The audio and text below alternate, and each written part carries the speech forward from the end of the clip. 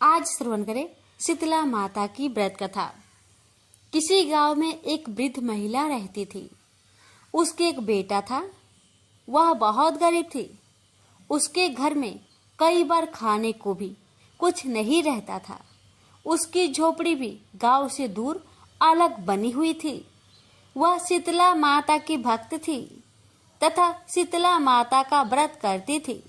उसके गांव में और कोई भी शीतला माता का पूजा नहीं करता था, लेकिन उस गांव में शीतला माता का मंदिर था। एक दिन उस गांव में किसी कारण से आग लग गई। पूरे गांव में आग लगने के कारण सभी लोग आग से सुलझ जाते हैं। आग लगने से शीतला माता भी जल जाती है। वह जलन और गर्मी से वह परेशान होकर सब घर घर जाती है, पर उनको कहीं भी ठंडक नहीं मिलती, क्योंकि सारा गांव जल रहा होता था। तो माताजी कुम्हार के बाड़े में जाती है, जिससे उन्हें वहां ठंडी मिट्टी मिल सके। लेकिन कुम्हार ने बर्तन पकाने के लिए मिट्टी को आग पर चढ़ा दिया था, तो उन्हें वहां पर भी खूब जलन होती है। इस तरह सब जगह घूमने के बाद भी उन्हें कहीं भी राहत नहीं मिलती। तो वो गांव से दूर वृद्ध महिला के यहाँ पहुँचती है। वहां पर मिट्टी में लौटकर अपने शरीर की जलन को शांत करती है। इसके बाद थोड़ी देर आराम करने के बाद जब थोड़ी जलन कम हो जाती है, तो वह उस महिला से खाने के लिए खाना मांगती है। और महिला कहती है, मैं बहुत गरीब हूँ, मैंने कुछ भी खाना खाने को नहीं बनाया। इस पर वह बोली कि कुछ भी ठंडा बासी खाना हो तो मुझे दे दो। इस पर महिला को लगता है कि माताजी उसकी हंसी उड़ा रही है।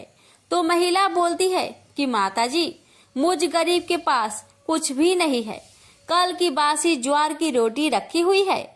इस पर माताजी बोली कि जो है वही दे दो। खाने के बाद माता ने दही मांगा, तो इस पर महिला बोली, मेरे पास छाछ है, आप कहो तो ले आऊं। छाछ को पीकर उनको आराम मिला। शीतला माता जाते हुए उसको आशीष दिया कि जिस तरह तूने मुझे शांति और आराम दिया, वैसे ही तुझे भी शांति प्राप्त हो। ऐसा कहकर उन्होंने एक लात मारकर उस झोपड़ी को आलीशान महल में बदल दिया। किसी गांव वाले ने राजा से शिकायत कर दी कि पूरा गांव जल गया, लेकिन महिला की झोपड़ी सुंदर महल में बदल गई। उसको लगा कि जरूर महिला ने कोई जादू टोना करके ऐसा किया है। ऐसा सुनकर राजा ने महिला को अपने दरबार में बुलाया और पूछा कि जब सारा गांव जल गया तो तेरी झोपड़ी कैसे बच गई और महल कैसे बन गई, बता तूने क्या किया। तो वो वृद्ध महिला हाथ जोड़कर बोलती कि महाराज, मैंने तो कुछ नहीं किया। कल जब सारे गांव में आग लग गई तो शीतला माता भी जल गई थी, और मेरी झोपड़ी गांव के बाहर होने के कारण जल नहीं पाई। तो ठंडा स्थान ढूंढते ढूंढते शीतला माता मेरी झोपड़ी में आराम करने आई। फिर उन्होंने खाना मांगा, लेकिन मेरे घर तो कुछ भी नहीं था। मेरे पास तो बासी ज्वार की रोटी और मीठा पड़ा हुआ था। वो मैंने उन्हें परोस दिया, जिससे उनकी भूख शांत हो गई। तो उन्होंने मुझे आशीर्वाद दिया कि जैसा सुख और शांति तूने मुझे दिया, वैसे ही सुख शांति तुझे भी मिले। और अंत में जाते जाते उन्होंने मेरी झोपड़ी को महल में बदल दिया। इसलिए यह सब चीजें मुझे शीतला माता की कृपा से मिली हुई है। उसी दिन से राजा ने पूरे गांव में मुनादी करवा दी कि होली के बाद आने वाली सप्तमी को शीतला सप्तमी का व्रत बसोरा के नाम से जाना जाएगा, और एक दिन पहले का बना हुआ ठंडा बासी खाना खाएंगे। और उस दिन से सब शीतला माता की पूजा करते और बासी खाते हैं। इस कथा को पढ़ने से घर की दरिद्रता का नाश होने के साथ ही सभी मनोकामना पूरी होती है। इस कथा को सप्तमी हो या फिर अष्टमी हो, दोनों दिन श्रवण किया जाता है। प्रेम से बोलिए शीतला माता की जय। एक बार एक राजा के एक लौते पुत्र को शीतला निकल गई, यानी कि चेचक निकल गई। उसी की राज्य में एक काछी पुत्र को भी शीतला निकली हुई थी। काछी परिवार बहुत गरीब था, पर भगवती का उपासक था। वह धार्मिक दृष्टि से जरूरी समझे जाने वाले सभी नियमों को बीमारी के दौरान भी भली भांति निभाता रहा। घर में साफ सफाई का विशेष ख्याल रखा जाता था। नियम से भगवती की पूजा होती थी। नमक खाने पर पाबंदी थी। सब्जी में ना तो छौंक लगता था और ना कोई वस्तु भुनी तली जाती थी। गरम वस्तु न वह स्वयं खाता न शीतला वाले लड़के को देता था। ऐसा करने से उसका पुत्र शीघ्र ही ठीक हो गया। उधर जब राजा के लड़के को शीतला का प्रकोप हुआ, तब से उसने भगवती के मंडप में सतचंडी का पाठ शुरू कर रखा था। रोज हवन व रोज बलिदान होते थे। राज पुरोहित भी सदा भगवती की पूजन में निमग्न रहते थे। राजमहल में रोज कढ़ाई चढ़ती, विविध प्रकार के गर्म स्वादिष्ट भोजन बनते। सब्जी के साथ कई प्रकार के मांस भी पकते थे। इसका परिणाम ये होता कि उन लजीज भोजनों के गंध से राजकुमार का मन मचल उठता। वह भोजन के लिए जिद करता। एक तो राजपुत्र और दूसरे एकलौता। इस कारण उसकी अनुचित जिद भी पूरी कर दी जाती थी। इस पर शीतला माता का कोप घटने के बजाय बढ़ने लगा। शीतला के साथ साथ उसे बड़े बड़े फोड़े भी निकलने लगे, जिनमें खुजली व जलन अधिक होती थी। शीतला की शांति के लिए राजा जितने भी उपाय करता, शीतला का प्रकोप उतना ही बढ़ता जाता, क्योंकि अज्ञानतावश राजा के यहाँ सभी कार्य उल्टे हो रहे थे। इससे राजा और अधिक परेशान हो उठा। उसकी समझ में नहीं आ रहा था कि इतना सब होने के बाद भी शीतला का प्रकोप शांत क्यों नहीं हो रहा है। एक दिन राजा के गुप्तचरों ने उन्हें बताया कि काछी पुत्र को भी शीतला निकली थी, पर वह बिल्कुल ठीक हो गया है। यह जानकर राजा सोच में पड़ गया कि मैं शीतला की इतनी सेवा कर रहा हूँ, जब वह अनुष्ठान में कोई भी कमी नहीं रह रहा, पर मेरा पुत्र अधिक रोगी होता जा रहा है, जबकि काछी पुत्र बिना सेवा पूजा के ही ठीक हो गया। इसी सोच में उसे रात भर नींद न आई। श्वेत वस्त्र धारिणी भगवती ने उसे सपने में दर्शन देकर कहा, हे राजन, मैं तुम्हारी सेवा अर्चना से प्रसन्न हूँ, इसलिए आज भी तुम्हारा पुत्र जीवित है। इसके ठीक न होने का कारण यह है कि तुमने शीतला के समय पालन करने योग्य नियमों का उल्लंघन किया है। तुम्हें ऐसी हालत में नमक का प्रयोग बंद करना चाहिए। नमक से रोगी के फोड़ों में खुजली होती है। घर की सब्जियों में छौंक नहीं लगाना चाहिए, क्योंकि इसकी गंध से रोगी का मन वस्तुओं को खाने के लिए ललचाता है। रोगी का किसी के पास आना जाना मना है, क्योंकि यह रोग औरों को भी होने का भय रहता है। अतः इन नियमों का पालन कर तेरा पुत्र अवश्य ठीक हो जाएगा। विधि समझाकर देवी माता अंतर्ध्यान हो गई। अतः से ही राजा ने देवी की आज्ञा अनुसार सभी कार्य की व्यवस्था कर दी। इससे राजकुमार की स्नेह पर अनुकूल प्रभाव पड़ा और वह शीघ्र ही ठीक हो गया। इसी दिन भगवान श्री कृष्ण और माता देवकी का विधिवत पूजन करके मध्यकाल में स्वास्तिक पदार्थों का भोग लगाना चाहिए। ऐसा करने से पुण्य ही नहीं मिलता, बल्कि समस्त दुखों का भी निवारण होता है। तो प्रेम से बोलिए शीतला माता की जय। पर शीतला माता ने सोचा कि चलो आज देखो कि धरती पर मेरी पूजा कौन करता है, कौन मुझे मानता है। यही सोचकर शीतला माता धरती पर राजस्थान के डुगरी गांव में आई और देखा कि इस गांव में मेरा मंदिर भी नहीं है, न मेरी पूजा है। माता शीतला गांव की गलियों में घूम रही थी। तभी एक मकान के ऊपर से किसी ने चावल का उबला हुआ पानी यानी मार नीचे फेंका। वह उबला पानी शीतला माता के ऊपर गिरा, जिससे शीतला माता के शरीर में छाले फफोले पड़ गए। शीतला माता के पूरे शरीर में जलन होने लगी। शीतला माता गांव में इधर उधर भाग भाग के चिल्लाने लगी, अरे मैं जल गई, मेरा शरीर तप रहा है, जल रहा है, कोई मेरी मदद करो। लेकिन उस गांव में किसी ने शीतला माता की मदद नहीं की। तभी अपने घर के बाहर एक कुम्हारन महिला बैठी थी। उस कुम्हारन ने देखा कि अरे, ये बूढ़ी माई तो बहुत जल गई। इसके पूरे शरीर में तपन है, इसके पूरे शरीर में छाले फफोले पड़ गए हैं। यह तपन सहन नहीं कर पा रही है।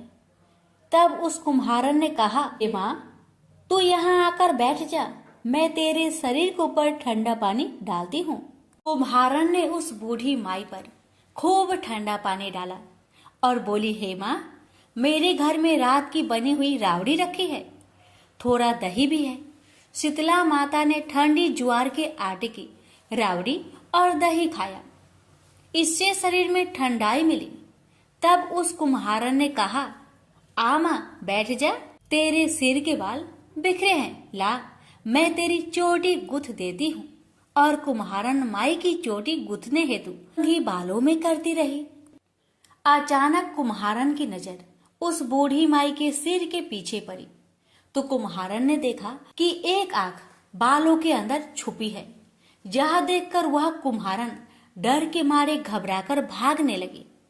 तभी उस बूढ़ी माई ने कहा, रुक जा बेटी, तू डर मत, मैं कोई भूत प्रेत नहीं हूँ, मैं शीतला देवी हूँ।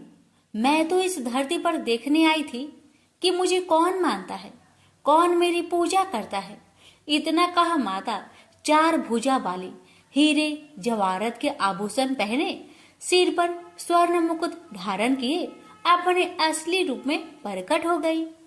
माता के दर्शन कर कुम्हारन सोचने लगी कि अब मैं गरीब इस माता को कहाँ बैठाऊं। तब माता बोली, हे बेटी, तू किस सोच में पड़ गई।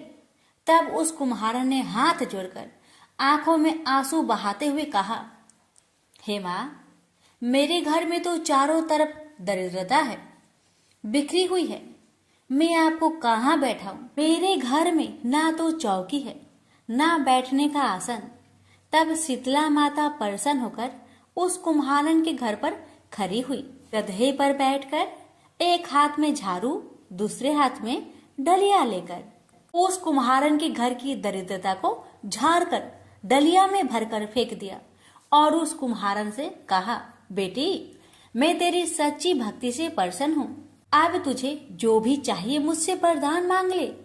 तब कुम्हारन ने हाथ जोड़कर कहा, हे माता, मेरी इच्छा है अब आप इसी डुगड़ी गांव में स्थापित होकर यहीं रहो और जिस प्रकार आपने मेरे घर की दरिद्रता को अपनी झाड़ू से साफ कर दूर किया, ऐसे ही आपको जो भी होली की बात की, सप्तमी को भक्ति भाव से पूजा कर आपकी ठंडा जल, दही व बासी ठंडा भोजन चढ़ाए, उसके घर की दरिद्रता को साफ करना और आपकी पूजा करने वाली नारी जाति का अखंड सुहाग रखना, उसकी गोद हमेशा भरी रखना।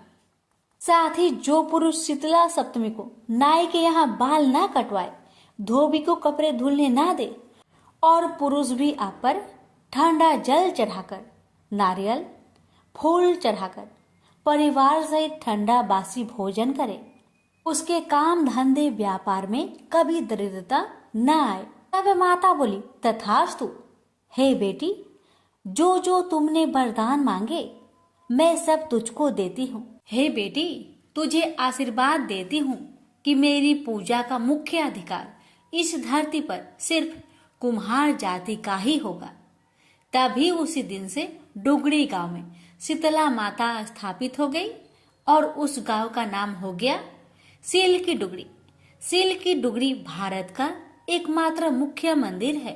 शीतला सप्तमी पर वहाँ बहुत विशाल मेला लगता है। इस कथा को पढ़ने से या श्रवण करने से दरिद्रता का नाश होने के साथ सभी मनोकामनाएं पूरी होती है। जय माँ शीतला सबका कल्याण करे। पथवाड़ी माता की कहानी। एक बार पथवाड़ी माता पाल और विनायक जी में झगड़ा हो गया। सब आपस में स्वयं को बड़ा बताने लगे। इतने में एक ब्राह्मण का लड़का आया। पाल, पथवाड़ी, गजानन जी ने उसे रोका और कहा, लड़के रुक जा और हमारा न्याय कर। लड़का बोला, मैं कल वापस आऊंगा तब न्याय करूंगा। घर आकर लड़के ने माँ से कहा, माँ, मुझे कल पाल, पथवाड़ी माता विनायक जी का न्याय चुकाना है। तो माँ ने कहा, बेटा सबको बड़ा बता देना। दूसरे दिन लड़का वहां गया और बोला, पाल माता आप बड़ी हो, क्योंकि हर व्यक्ति आता है और स्नान ध्यान करके शुद्ध होकर जाता है और आप सबकी रक्षा करती हैं। हे पथवारी माता, आप सबसे बड़ी हो, क्योंकि कितने भी तीर्थ धर्म ध्यान कर ले पर आपकी पूजा किए बिना उनका कार्य पूर्ण नहीं होता। आप जीवित को भी तारती हैं और मरने के बाद भी उद्धार करती है। पथवारी माता पथ की धारिणी, इसलिए आप बड़ी हो।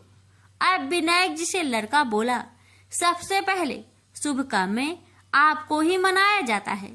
आपको ध्याये बिना कोई काम सिद्ध नहीं होता, इसलिए आप बड़े हो। पाल माता, पथवारी माता, विनायक जी भगवान लड़के की चतुराई से प्रसन्न हो गए और बोले, लड़के तुमने तो हम सबको बड़ा कर दिया। उसको सुखी रहने का आशीर्वाद दिया और जौ के दाने उसके अंगोछे में डाल दिया। लड़का सोचने लगा, ये तो घाटे का सौदा रहा। सारा दिन खराब कर न्याय किया और इतने से जौ मिले। उदास मन से घर आकर अंगोछा एक कोने में डाल दिया। माँ ने अंगोछा उठाया तो उसमें से हीरे मोती बिखर गए। तो माँ बोली, बेटा न्याय करके क्या लाया है? लड़का बोला, माँ कोने में जो पड़ा है देख लो। वहां गई, देखा हीरे मोती का ढेर लगा है। हीरे मोती जगमगा रहे हैं। माँ अत्यधिक प्रसन्न हो गई। माँ ने बेटे को बुलाया और कहा, बेटा आज तो पाल माता, पथवारी माता, विनायक जी भगवान आज तो हम पर प्रसन्न हुए हैं।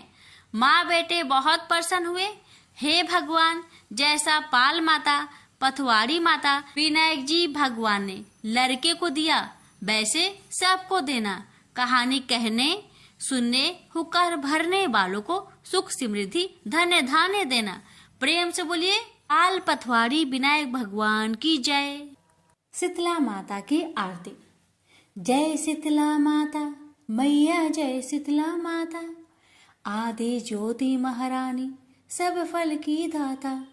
जय शीतला माता, रतन सिंहासन शोभित, श्वेत छत्र भ्राता, रिद्धि सिद्धि चवर दुलावे, जगमग छवि छाता। जय शीतला माता, विष्णु श्वेत ठाठे, सेवे शिव धाता, वेद पुराण वर्णत पार नहीं पाता। जय शीतला माता, इंद्र मृदंग बजावत, चंद्र वीणा हाथा, सूरज ताल बजाते, नारद मुनि गाता। जय शीतला माता, घंटा शंख सहनाई, बाजे मन भाता, करे भक्त जन आरती, लखी लखी हर हाता। जय शीतला माता, ब्रह्मा रूप वरदानी, तुम ही तीन काल ज्ञाता, भक्तन को सुख देनो, मातु पिता भ्राता। जय शीतला माता, जो भी ध्यान लगावे, प्रेम भक्ति लाता, सकल मनोरथ पावे, भाव निधि तर जाता। जय शीतला माता, रोगन से जो पीड़ित, कोई शरण तेरी आता, कोढ़ी पावे निर्मल काया, अंध नेत्र पाता। जय शीतला माता, बाज पुत्र को पावे, दरिद्र कट जाता, ताको भजे जो नाही, सिर धुनि पछताता। जय शीतला माता, शीतल करती जननी, तू ही है जगे त्राता, उत्पत्ति व्याधि विनाशत, तू सबकी घाता। जय शीतला माता, दास विचित्र कर जोड़े, सुन मेरी माता, भक्ति अपनी दीजे और न कुछ भाता। जय शीतला माता मैया, जय शीतला माता।